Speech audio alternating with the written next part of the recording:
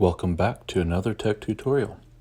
Today we are going to discuss how to turn on your LED flashlight to flash when you receive any notification or phone call.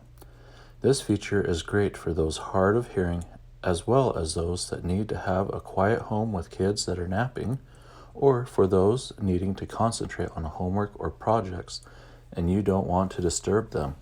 To turn on this feature, you need to first tap on the settings, tap on general,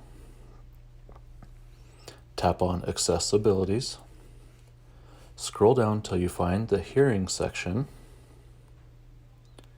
and then you'll want to tap on LED flash for alerts option. And then in here, you want to tap on the slider on the right side of LED flash for alerts. And there you have it. Now, when you receive a phone or text or any other alert on your phone, the LED on the back of your phone will flash. Thank you for coming to this tutorial. Please hit that subscribe button and come back for more tutorials as they come out.